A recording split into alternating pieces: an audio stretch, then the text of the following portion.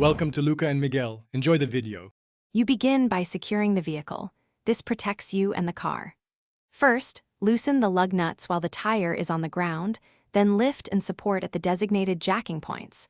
Once the wheel is off, remove the caliper by unbolting the two guide bolts, hang it with a hanger so it won't stress the brake line, and then remove the rotor.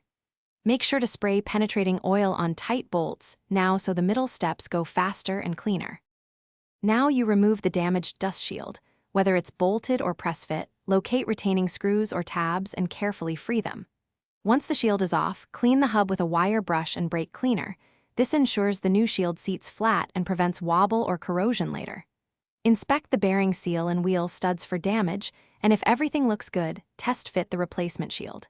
If tabs are bent, reshape them gently. Avoid heavy hammering. Since you position the new dust shield and tighten its fasteners to manufacturer torque. If hardware is corroded, replace it.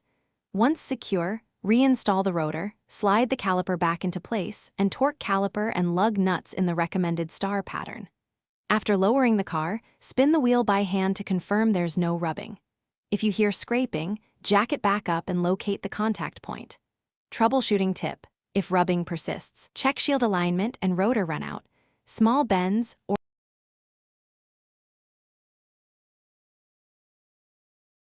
Thanks for watching and please subscribe. It's the best investment you'll ever make.